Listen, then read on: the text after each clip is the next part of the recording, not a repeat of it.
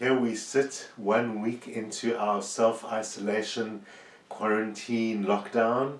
Fortunately, there's a lot to learn and a lot to do, and we get swamped by all of those things that you can do during lockdown, which is great, and I guess is a journey for all of us to go on.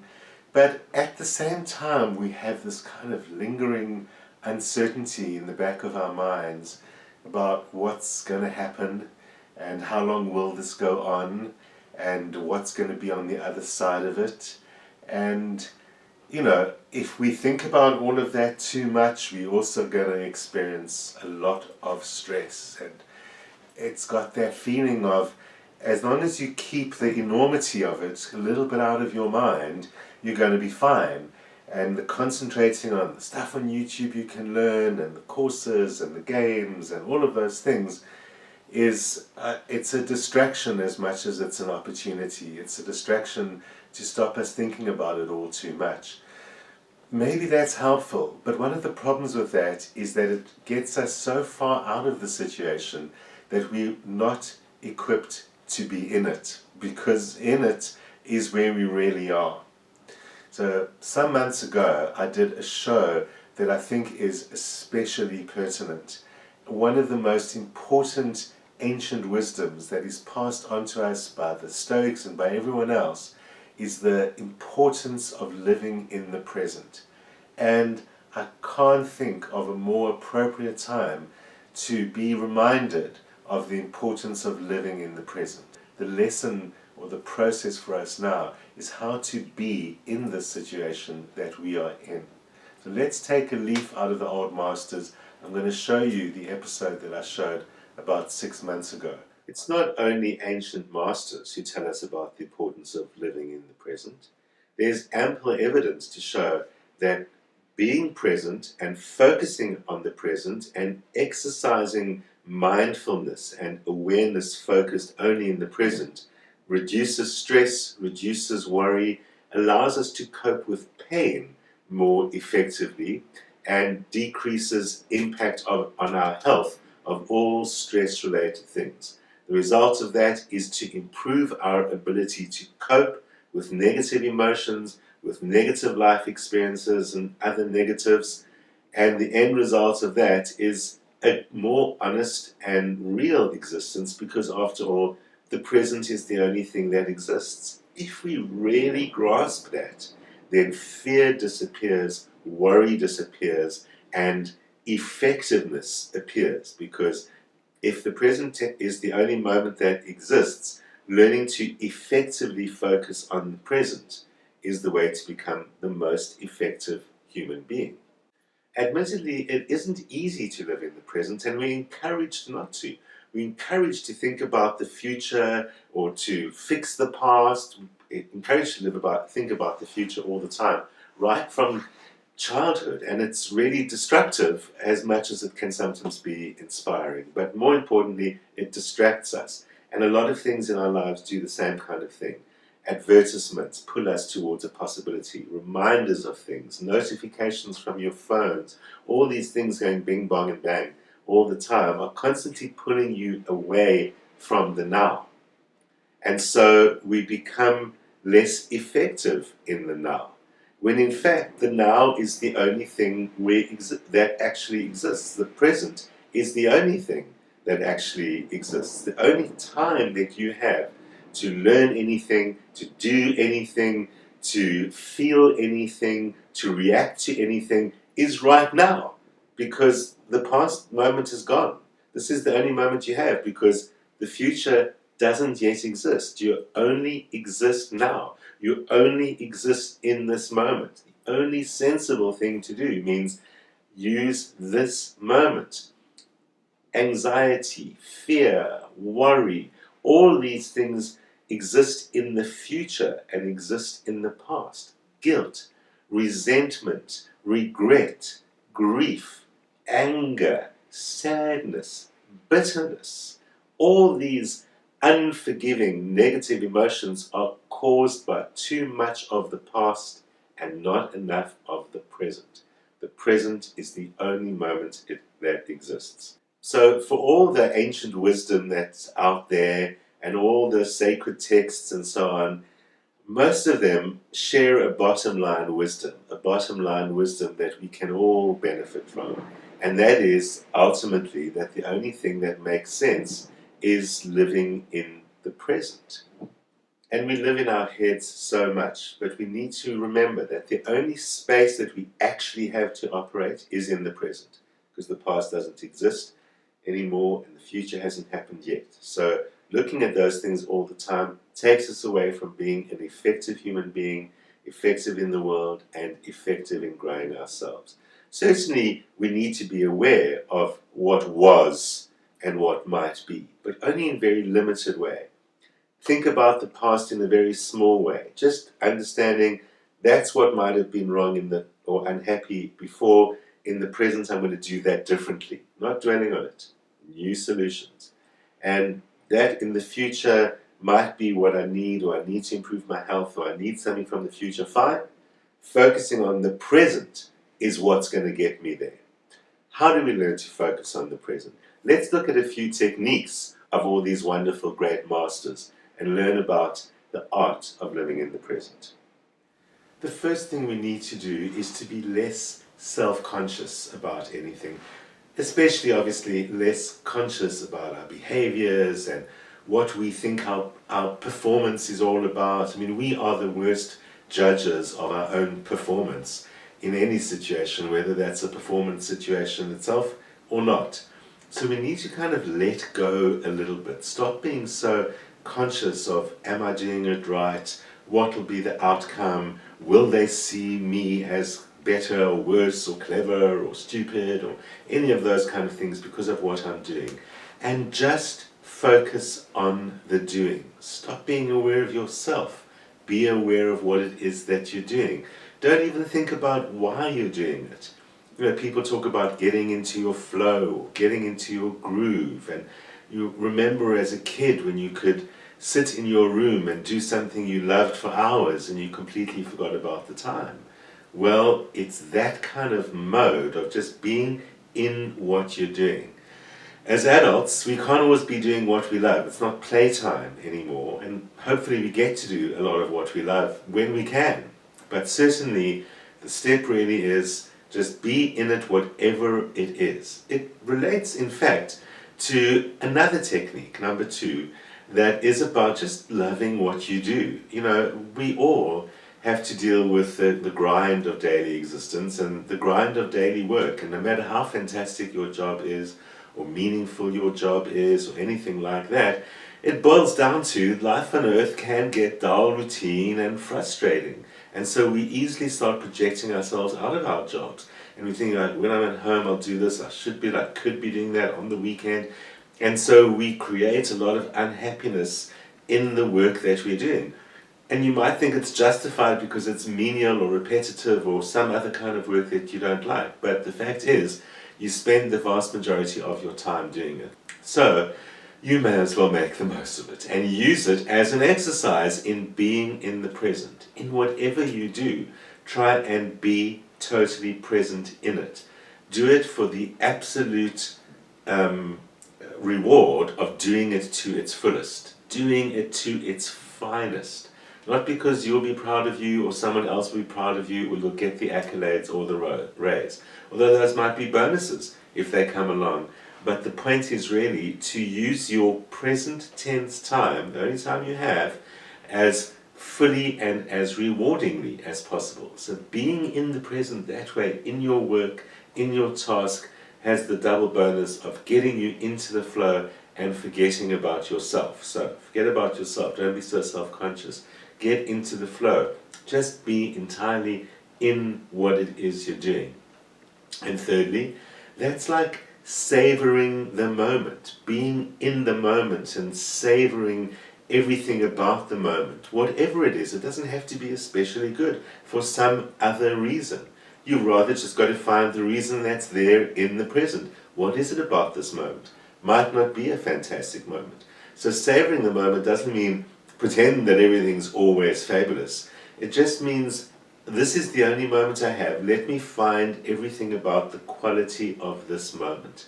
and being in that moment. And if it is a stressful moment or an unpleasant moment, it's in fact by focusing on me in the here and now and noticing then how much fear about the future is related to those anxious moments, or worry about repeating what's happened in the past.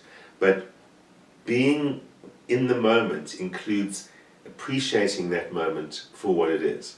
An easy way to do that, step 4 maybe, is to go for a walk. So rather than it being some moment that you've got to get a grip of, even if it's a challenging one at work, go for a walk, go outdoors, go somewhere where perhaps you don't often go or you love to go, and notice everything. If you really are focused on observing everything, not with any particular judgment, except, wow, that's interesting, that's interesting, that's interesting, everything you see along the way, human or not human, along the way. Try and detach yourself from it, detach yourself from yourself, don't be aware of yourself, but just see it as another impulse into showing me what this moment is about. You can learn it from your walk, and you can transfer that into other areas of your life more easily. Another way to focus on the moment is, of course, breathing.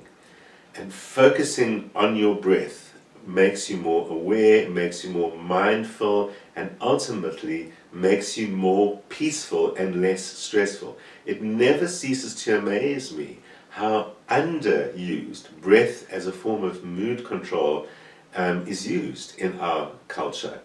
We'll take pills, we'll try endless number of techniques, we'll try all sorts of substances in efforts to relax ourselves and to change our mood.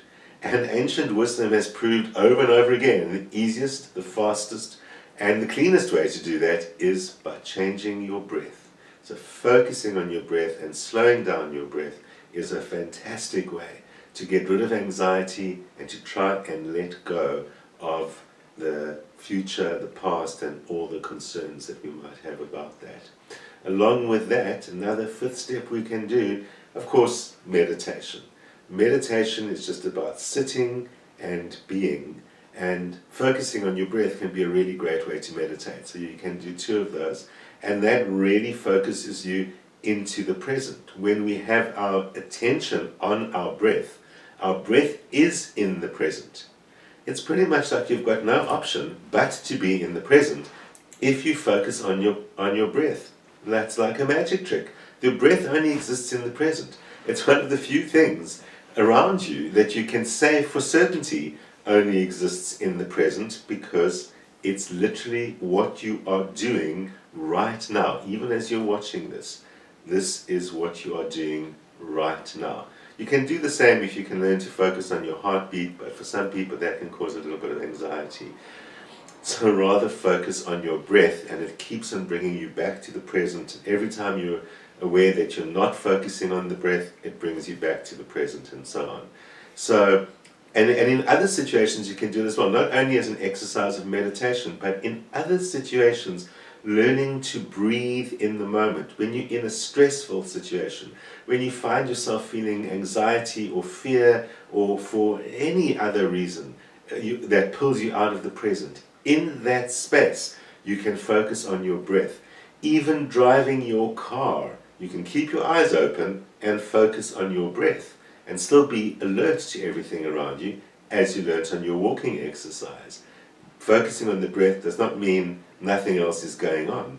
It just focuses you on the one thing that is absolutely present tense.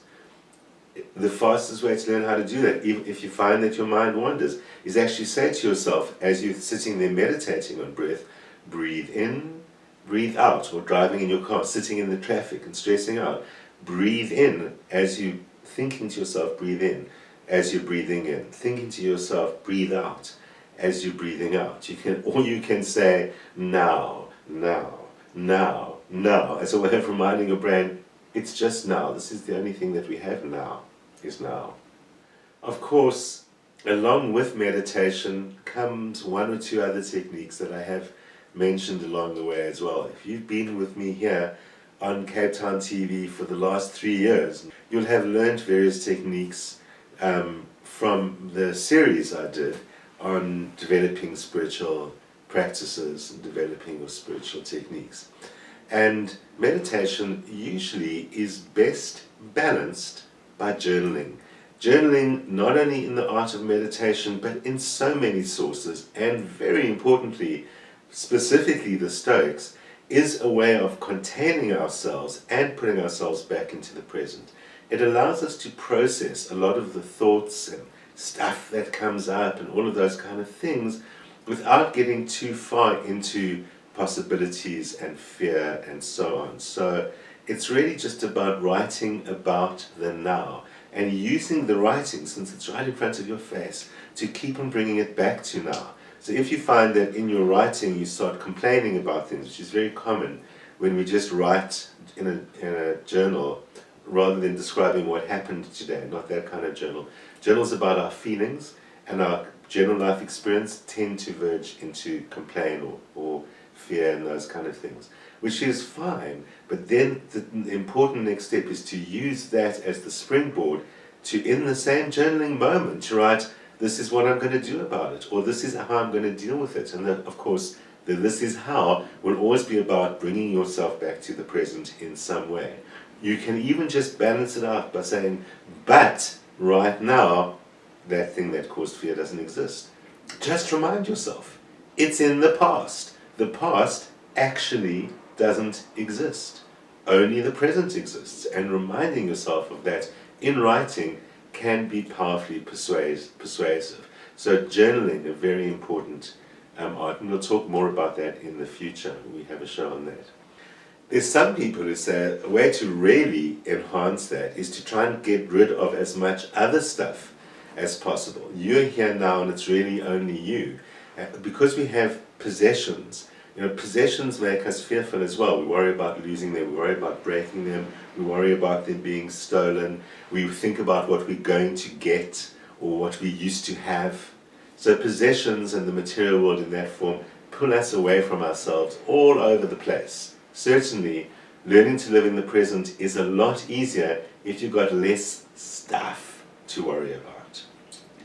It's not only worry about. One of the things about the past is we dwell on old stuff. So next method of getting to the present is learning to forgive. We've done a whole show on that. Forgiveness is so extremely important for you. Not even about the other person who you may never see again. And you might choose to never see again. Forgiveness doesn't mean act like nothing ever happened. It means let go of the past hurt. If you are harboring anger and resentment and things like that against another person, you're doubling up on the hurt, because the first time they hurt you in that past that you're worrying about, now you're hurting yourself by using that past to kind of beat yourself up. Allowing past hurts to impact you now is no longer the fault of the person who hurt you. It's now your fault. So you do have power over that person by leaving their hurts in the past, forgiving them in your mind, and ultimately that will forgive them anyway. But even if you never have anything to do with them again, it doesn't really matter, because forgiveness liberates you from past hurts, and past is what we want to be liberated from. Also liberates you from worrying about it, or planning revenge, or fantasizing about horrible things that could happen to them. All of those things might be fun, but they pull you away from the present and invariably get you into the same trouble. And of course, on the subject of living in the past and worrying about the past and all of those things that go along with it, well, it's also thinking about good things about the past that causes the same kind of problem. Focusing on past accomplishments and all the great things we did like that, well, they can also get us into ruminating about how amazing things used to be and what I did yesterday and how people liked me or how well that did and all of that. And in fact, if we're so busy concentrating on all our wonderful accomplishments of the past, that means we're not making any accomplishments in the present. Past was great, but concentrate on the present. Accomplishments are about the present because, of course, the present is the only thing. Again, don't think about the rewards that you're going to get because you don't know about the future. Maybe you won't get them. If you're focusing on the here and now, you end up loving what you do. Like I said early on about loving your job. That's how we do it. More problematically about the future, and in terms of looking at the future, is dealing with addiction, because a lot of our thought about the future is based on preparation. Preparation usually for something we don't really know exists or will come up in the way that we think. But more importantly, dealing with addiction. Addiction pulls us away from the present all the time. For example, you need to be prepared. You need to make sure that you've got a box of cigarettes, or if you're going on that drive, that you prepare for that. Have you got your smokes? Or have you got whatever else it might be? It might not even be an addictive substance like cigarettes. It might be some security blanket or other that you believe that you need. Or if I'm going on that road trip, I can't manage unless I've got the correct, food for the road, or I've packed my sandwiches or whatever. And we create anxiety by worrying about what could happen or what I've decided will happen. And then, especially with addiction, creating this fear situation about the future, because what happens if I don't have a cigarette? I'm going to freak out. So we actually can get on top of all of that behavior by bringing our behaviors back to the present. Learning to control addiction is learning to let go of something that holds you hostage, keeps you from living in the present because it keeps you from being free. It makes you worried, as well as creating health problems or psychological problems or any other problem that could arise out of that. So find, addiction might not be the only one. Find things that hold you hostage. Let go of those. A more a positive way to kind of use the past and use the future is to think about new solutions to old problems. When you find yourself thinking about the past and coming up with one of those concerns about something went wrong, the challenge to yourself is always turn it into a new solution. Whatever went wrong in the past, there is a new solution in the present. I don't have to worry about the outcome because I'm finding a new solution in the present, and I don't know what the outcome's going to be. Haven't done it before. So a good way to focus on the present is to look for new ways to do old things, to realize yesterday's way of doing something doesn't work for today. Focus on what's available for you today. And certainly, what worked for yesterday is not going to work for tomorrow. So, always being on top of the present makes you kind of automatically let go of the past and the future. Always thinking about there's a new solution that exists in the present, because the past has been and solutions won't work in the future, I don't know. Focuses you back to the purpose of what I'm doing exists in the present. It is a new solution to an old problem. And that, as I say, prevents us from getting caught up into what its outcome might be. Bottom line, when it comes to the technique of living in the present, the bottom line is letting go of worrying. Sure, it's easier said than done. But everything that I've said here tonight really refers to worrying. We worry about the past and we worry about the future. It occupies so much of our time, and yet it is completely fruitless. The one thing we can be absolutely certain of when it comes to worrying is that it has no result. It doesn't do anything. It doesn't fix anything. It doesn't change anything. Worrying is one of the most profound, obvious, and rather silly ways to damage ourselves. You're hurting yourself in the worst way possible, because there cannot be any good reason to do that. There can never be a good reason to worry, because worrying doesn't change anything. So it's perhaps one of the most absurd behaviors that human beings have come up with, and getting us back to old Seneca, who reminds us that, well, in fact, worrying got you nowhere. Worrying is only about fear and is the curse of our ability to have foresight. So foresight is about getting yourself out of potential trouble. That's really the kind of, I guess, evolutionary reason, if you want to call it that, of why such a thing exists. It prevents us getting into harmful situations most of the time, perhaps allows us to take advantage of good situations, and reminds us that, like I said at the beginning, a tiny little bit of the past is useful just to understand what went wrong, but not to linger on that. Tiny little bit of the future is useful because just to understand how can I maximize what I'm doing in the present. Well, with all the courses there and games out there and YouTube videos, so much we can learn. In the end, as we know, we're going to learn more about ourselves than anything else. I'll see you next week.